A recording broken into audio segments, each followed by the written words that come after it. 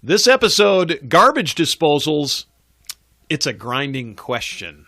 In this episode, the Handyman Pros have a discussion about what you need to know about garbage disposals, specifications, installation tips, and other things that you need to be aware of.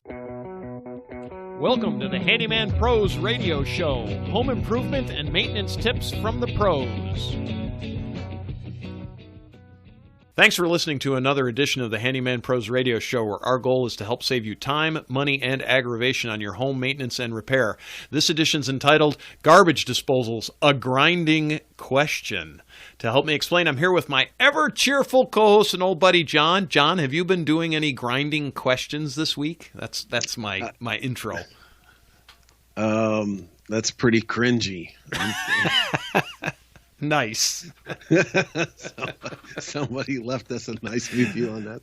Actually, they left us a really nice review, John. That actually is a really nice review. But our jokes are bad, John. They're cringy. I haven't They're stopped bad. Laughing since, and don't think we don't know it. So, we know it. We're aware of it. I don't know that I would call them cringy per se. I would say bad. It's hilarious. Well, but thank you, by the way. Thank you, Mr. Listener, for leaving us that, because actually, we really appreciate it. So I don't want. Yes. We are not making light of you. We are not, and actually, we really appreciate it. So, all right, John, what have you been doing this week? Well, one of the topics that came up here that we were going to do a little commentary here on is garbage disposals, and I did a garbage disposal. Now you've been doing a bunch of them, and I did one the other day, and I just did a replacement, and it didn't take me very long at all, but it got me to think about all the things that I went through, and especially all the things that this lady the lady and her husband went through, just kind of the process of when they're going to have buy a new unit. Right. Because it's not that simple, right? I mean, it's just not. It's simple, but it's not as simple as it's not just. There's some considerations, right? I guess that's my point. Yeah, right. Absolutely. Just like anything, there's a lot of different garbage disposals out there, and whether you're putting in a new one or you're doing a replacement, there's a lot of nice units out there. There's just a lot of things to choose from. There's choices to be made. Yes, that's right. So, all right. Well, start us off. So start us off, Johnny.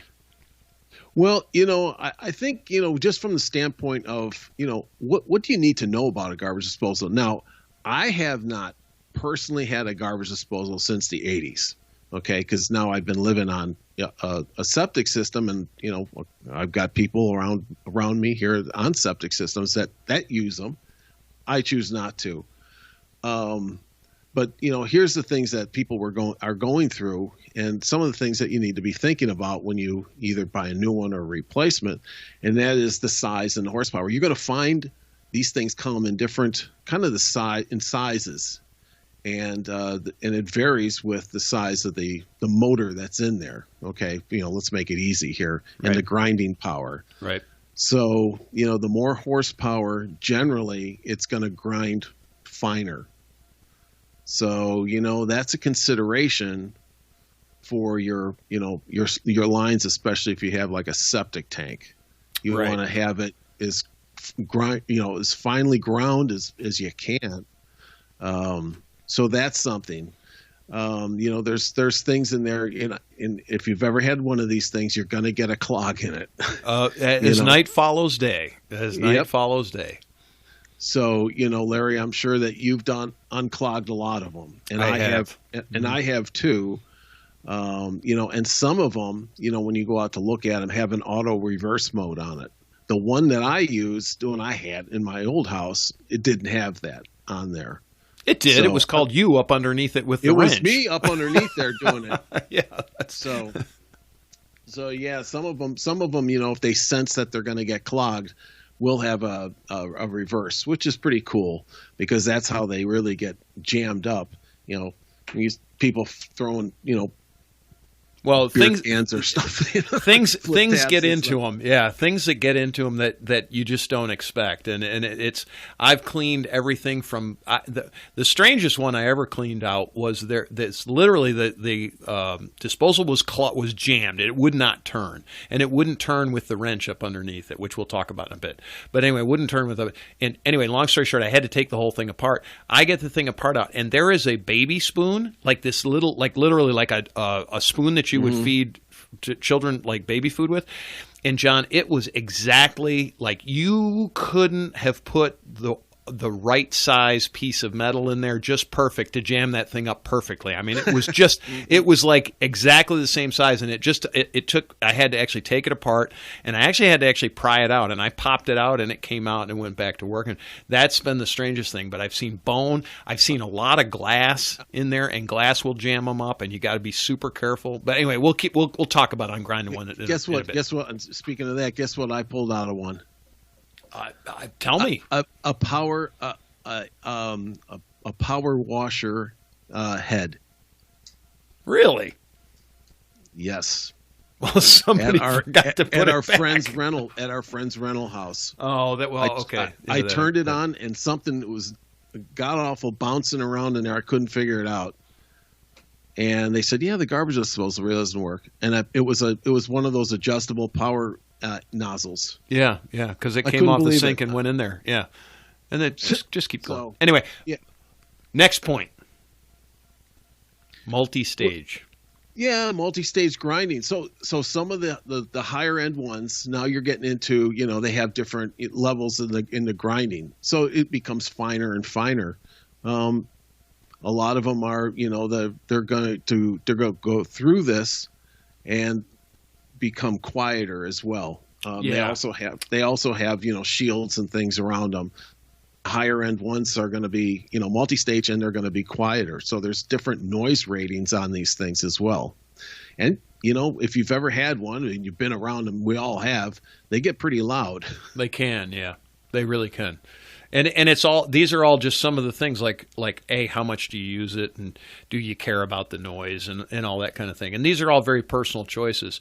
John, you wrote down cost range is basically about $100 to about $500, and I think that's about right. That's about for the residential ones, and then of course sky's the limit on commercial ones, right? Right. So so that's kind of the 4 or 5 things there to kind of consider when you go out to look for one of these things. The size, kind of the features that they have, and kind of the noise ratings. When we talk about the noise ratings, it might be things like, are you using it in the morning when are people sleeping, or at night, or those kind of things.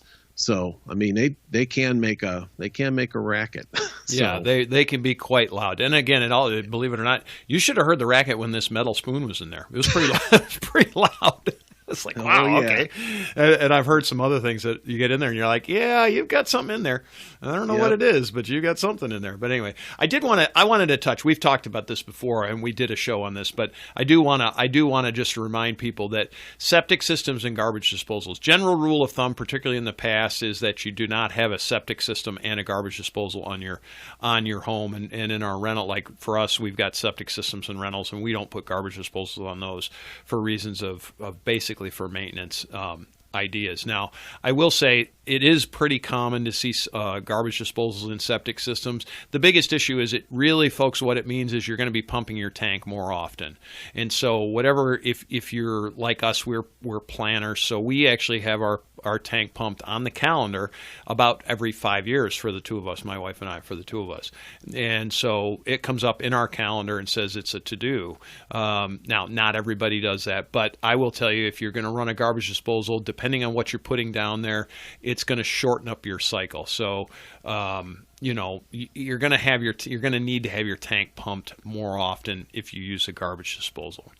As per any septic system, it's fats, oils, and greases that get it, and the problem is people put meat down in the garbage disposal, aka fats, oils, and greases. So anyway, be that as it may, we've discussed that in another show. So, Johnny, installing a garbage disposal. Now, you just replaced one, but let's talk about installing a new one. Yeah, so the difference is going to be that if you're not going to have the electrical. Generally, you're not going to have the electrical hookup if you haven't had one in the past. Right, and that's up under the sink in the cabinet. And that's up underneath the sink. You're going to have to be cognizant of of that, and it has to be a GFCI, electrical, and all those kind of things. Not a big deal. But you just know that you're going to have to run some electrical wire and those kind of things, and the switch is going to have to be far away.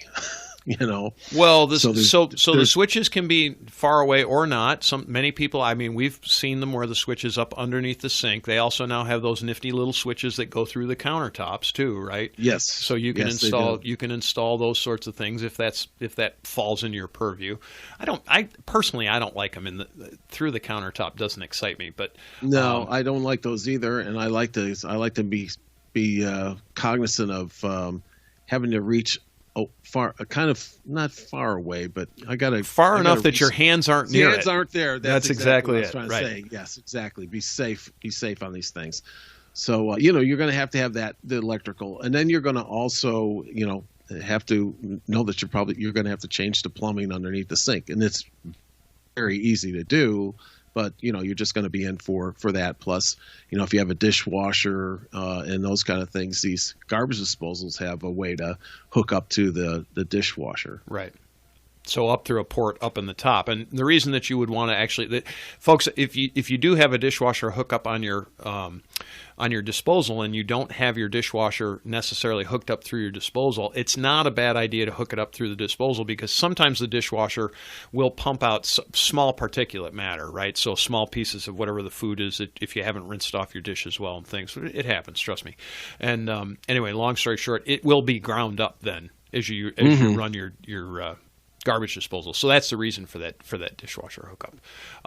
But yeah, you do have to worry about, mostly it's electrical. Now, you do have to be aware of clearances as far as how deep is your sink and how, like if you're putting a brand new one in, how deep is the sink? If you have a really deep sink, you make sure that you have enough room for your disposal underneath the sink. It can't sit it can't sit on the floor. Well, it could sit on the floor, I guess, but it can't sit below the floor. And I don't know about you, John, but I've actually seen some of these new modern, really deep sinks. They don't fit. And so it's a point to just think about it. Now, if you have just kind of a standard 9-inch or 10-inch depth sink, you're not going to have much of an issue in most cases. But do be aware of where the plumbing is as far as where the outflow of the water goes, because sometimes you have to do some really unique trap type situations to make sure that the disposal actually goes out to where it needs to go out.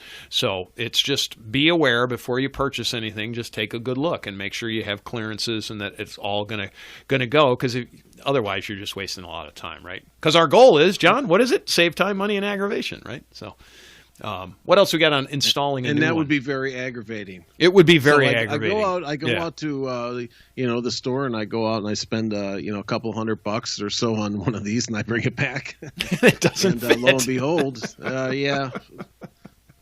So back to the store I go. Right. Tip number 2: always buy more plumbing supplies than you think you're going to need. Because you won't have the right part. I don't care. Yeah, that's let's pause it there for a second, and that's a good point, because I did a replacement the other day, and so speaking of replacements, before I even started this thing, I went and bought a dishwasher install kit. I think it was like $15. And it had all these little, pieces and parts, typically that you'd be going out and getting, for underneath, all the slip joints and all those kind of things. Exactly. And I thought, well, heck, I'm going to go out. I don't even know if it was $15, maybe somewhere around there, call it that. And I just went out and bought it. And I didn't tell my customer I bought it, because if I needed it, I charged them for it. But I didn't need it. So, Larry, do we go to the big box stores a lot? Yep. Yeah, so yes. Returning it was not a big deal. But right. If I needed it, I had all the pieces and parts, Yes. Because as you just stated, there's always something, plumbing is, Plumbing is plumbing, and you will never have all the right parts. That's right. God. You might as well just think of it that way. Right. I'm sitting here laughing to myself, and I'm going, even when I've overbought, I still don't have the necessarily the right parts. I was going to ask you, did you by chance buy two of those install kits? Because I've actually done it where I needed one little part, and I was like, damn, if I had two of these things, I'd have been in the business. And folks, just to give you perspective, the reason why we do that is that the cost of driving back to the store and then coming back is way more than the cost of the parts in most cases. So that, using John's $15 example, unless you have a store right next door, which is very uncommon, you're going to spend at least a half an hour to an hour to go get a piece. And for us, I'd rather just charge the customer for the extra kit, because that's, say, $15. Well, I have to charge them an extra, my hourly rate, which is significantly more than $15 an hour, to go pick up parts. No. It's a better value for me to carry the extra parts. So anyway, blah, blah, blah. Exactly. So, so for me the other day installing this thing, now, what to know about these things also is that they generally will have this kind of, it's almost like a universal lock ring underneath the sink itself, and it's like a simple, like a quarter turn ring that these things hook up on. So you lift them up. They're kind of clumsy and heavy, but you lift them up, and then you snap this ring around the collar of the disposal, and it locks it there, and you just continue to move this ring over, and it locks it. So for me to replace the disposal was just a matter of undoing that ring, undoing some of the the electrical and the plumbing, and dropping the old one down, wiring up, and the one that I did was hardwired in. Some of them are plugged with a regular end plug, electrical plug, but the one I did had the hardwire, and just lifted it back up, snapped that ring back onto it, and then reattached the plumbing to it. Very easy. It actually surprised me. Usually, Larry, when we do things, it's like, one thing after another happens. There's always something. The life of the handyman. I couldn't believe it. I flew through this thing. It took me about 35 minutes to do it, and I had it back, a new one back running, and the whole thing. So if you'd like, you can take off the strainer and put the new one on and everything. But there was really no reason to. Everything was sound. Everything was tight. Everything was, watertight, no problem. So you bring up a good point. I do want to make a comment about installing a new one. So if you're putting a brand new one in, meaning you don't have one there, John's talking about a replacement. Almost every one that I've ever purchased, every disposal that I've ever purchased, has that locking ring in the box, right? It's in the box. And so when you're installing a brand new one into a new sink that does not have a disposal, you take out the strainer and you just set it and you put the new strainer in. Now, the tip here is make sure you have plumber's putty as well. You need plumber's putty to seal that strainer or that locking ring. It's partially just you're taking the strainer out, you're putting a new strainer in. You want plumber's putty to put in underneath the strainer so that you put, when you lock that thing down, the plumber's putty seals that locking ring to the actual sink itself. And then that will give you a watertight seal around. And that same tip goes if you're replacing a strainer on a sink. Make sure you have plumber's putty. Don't try silicone. It works, but it doesn't work well. It's not like plumber's blood. Plumber's putty. If you roll the plumber's putty between your hand like you're starting a fire, it becomes like a rope. Right. And then you can just curve it around underneath the strainer part. Put that thing back onto the sink, and then let it squeeze all the excess out. Exactly. And then now clean the it thing off. is with the new strainer, then with the locking ring. So there's really two parts to it. You have the disposal, and then you have the attachment piece. Right. Okay. And that piece has kind of a little clip ring on it. And when you get it, you'll know what I'm talking about here. That holds that collar up in there. Right. So you just have to be aware of how to put that on there.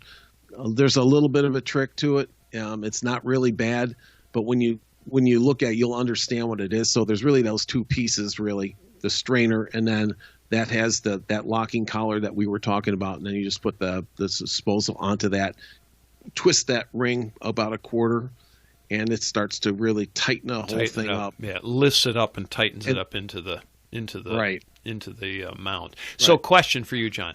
You've done a number of garbage disposals, I know, through the years, as I have. How many times have you actually replaced the rings, the what we're talking about, the locking ring, into the sink? Have you ever taken one out and replaced it? I haven't. I've done maybe one or two because they were leaking. Yep. Because the plumbers, but they're old. Yep.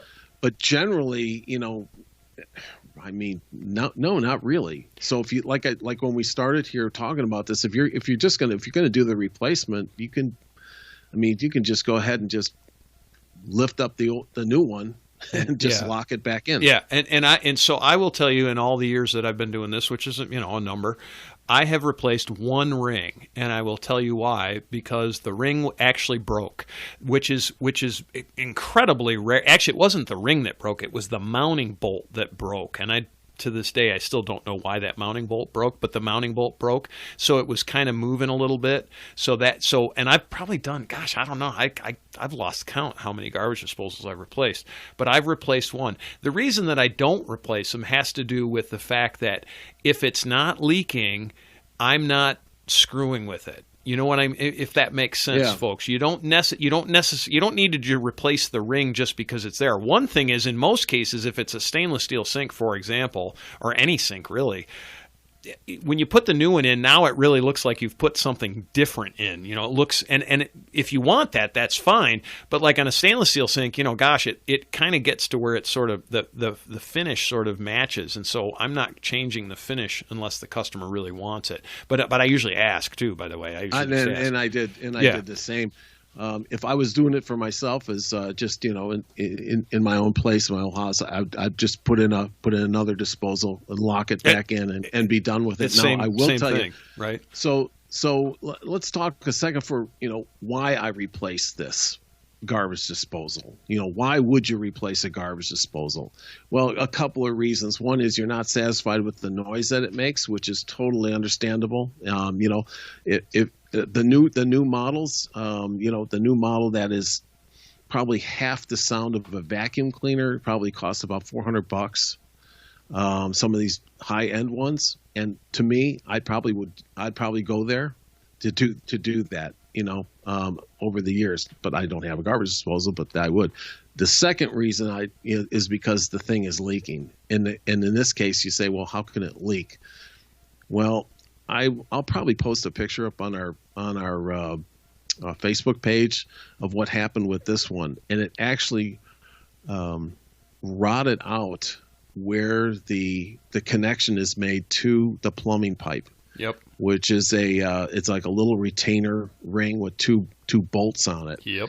And the bolt seized up on it, and it started to leak through there. And so they actually had like a big pan underneath this. Ick. Their disposal catching water. So even when the sink was running, it was leaking. It was leaking. Correct. Yep. Yeah. So it was quite the mess. Yeah, I've replaced them. I've replaced them just in my experience. I'll just add this in. Most of the time that I've replaced them, I've had a couple of them that they've just electrically they've locked up and quit. They're just and old. They're old, yep. Really old. They've just locked up and quit. And sometimes there are internal seals in these things, and one of them I know it was leaking down into the motor, which is kind of scary in so many ways. Well, yeah, and that's a good point. Because a lot of people, when you're looking at these things, underneath the disposal unit itself, they will have an internal circuit breaker on there. The little red button. The little red button, and they do that because of just what you said. Because instead of going and blowing a circuit breaker on the line itself, it'll blow its own internal circuit breaker. So now a lot of times that'll blow for a couple of reasons. One is because of what you just said, or it locked up. Yes. Because that spoon was down in there. And that's what happened in that particular one too. It locked up. Yeah. And they kept trying to push the button, and it would go. Have you ever heard this, folks? Yeah. Yeah. Right. Well, that is the sound of the motor trying to turn, and eventually it gets hot, and as it gets hot, then it kicks that circuit breaker. That's what happens. So if you're hearing a hum, but you're not hearing the turning of the motor, definitely, 90% of the time something's jammed in it, 9 out of 10 times. But there is that 1 or so percent time, or I guess 10% time when it's when it's internal in the electrics. So, which is relatively rare. But most of the time they get old. They just get old. I mean, I've replaced some that I ran the serial numbers on them. There was one that was 32 years old. I was like, wow, you've certainly got your money out of this one, Yeah, no kidding. I mean, it was old. Now, I will just add that a lot of times when there's things down in there, if you're the folks out there that have these disposals that are plugged into the wall underneath the sink, pull the plug before you even stick anything down in there. Try to get it out, or disconnect the circuit breaker itself. Because I'll tell you what, that thing it's a dangerous thing to have your hand around. Yeah, so let's just open up on that one a little bit more. So anytime you're doing an installation of new or replacing, either way, power off, right? So make sure, and that's at the Absolutely. circuit breaker, power off. If you're going to put your hand, now this happens, right? So if you've got a jam in there and it's power, and you're going to put your hand down in the thing, turn the circuit breaker off. Do not take the chance. It's not worth it. It's just not worth it. I would suggest that you get a long pair of needle nose pliers. Absolutely tell you to get a long pair of needle nose pliers for several reasons. Don't put your hand down there, please. Right. Right. Under any circumstances. And I would tell you too, if you have a jam, so twofold, right? Let's talk about this for a minute. You know the little angled wrench that you'll get an angled wrench usually in the package, particularly on the premium ones. There's this little wrench. It's kind of a funny kind of 45-degree Allen wrench. Don't throw that out. That wrench goes up into the center of the motor, up underneath the disposal, and it allows you to turn that motor forward or backwards, but mostly you want to turn it backwards. If something's jammed in there, put that wrench in there, turn it backwards. Don't throw that out. Actually, my suggestion is you tape that right up to the side of the wall in your cabinet, and leave it in there. Put a plastic baggie up there, tape that thing up in there so you know what it's for, and even write on the bag, disposal wrench, because trust me, it just saves you a lot of pain in the butt, is what it is. So, and it's on the very bottom of the disposal, and it's on the bottom of the shaft of the motor itself. Shaft of the motor and itself. And it's got a an Allen key type of thing in there, right. And you just put this wrench up there and turn it backwards to undo the clogs. So, now, that's a good tip is to put that thing up underneath the sink. Yep. And mark it. And you can go buy them too, but folks, I just know this because I know this. They're about $9, which is they are. They're about $9 last time I checked, which is maybe it's been a while, but still they're $9. So anyway, it's $9. You don't have to spend. It comes with the thing with almost all of them anymore. So just do that. So second thing is power off, right? Even when you're turning that motor, have the power off, because if it kicks on, that wrench is going to whack you in the hand. Trust me, and it'll hurt. So you're just asking for a friend. Yeah, exactly. You're just asking for a friend. Yeah, not that I would know. Just asking for a friend. But power off, and the other thing is don't stick your hands down in there. I'll tell you, the biggest one the way I learned that one, John, is I learned it the old-fashioned way. Somebody had broken they had something solid broken in there, but they also had some glass in there. And I stuck my hand down in there, and I cut myself on the glass. So a good flashlight is incredibly helpful when you're unjamming one. Look down in there with the flashlight, right? Take a good flashlight, and as you open up that black seal, open it way up and stick your flashlight down there and look and see what's in there. That's how I found the spoon, by the way. I actually caught the glint of the metal, and I'm like, what the heck is that? That's not supposed to be there. And lo and behold, that ended up being the spoon. But you will see things like you'll see glass, you'll see bits and pieces of bone, or whatever it is that's jamming it up. You'll actually see it. And at that point, to John's point of long needle nose pliers, reach in there with the needle nose pliers and pull it out if you can. Not always capable. Of all the jams I've undone, probably only one or two did I ever have to actually take the thing apart, the spoon being one of them, by the way. So, most of the time you can get it out. Some of the things, folks, I've had stones in there, little tiny pebbles, and they'll jam it up, and they're tough to see. but when you get them, when you see them, you're like, I found the little devil. It's a little devil. Walnut shells, too, are another one. Really hard to see, but really hard, and they will not grind necessarily.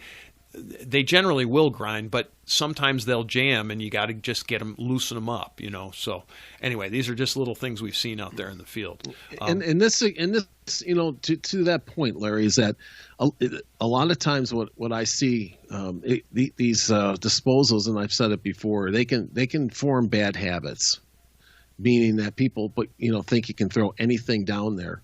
So, people cleaning, shoes in the sink and everything. And, there's those little stones and stuff coming off the bottom of your shoes and falling down. That's the kind of thing. You just have to be really cognizant of what you're putting down there. Well, and the other thing is that things get in there, the little stones and stuff, that's kind of by accident in so many ways, sure. Right? It's not necessary. You told me a story. You found a strainer in one of yours, right? The end of a sink strainer, a multi-strainer deal. So tell that story real quick. The strainer of... the sink strainer. Yeah, I mean, I found... Power head, excuse me. It was the power head. It was one of those little things you put on the end of the thing to give you the different sprays on your faucet, right? Is that what it was? No, it was an actual pressure washer head. Oh, somebody was jetting out their sink.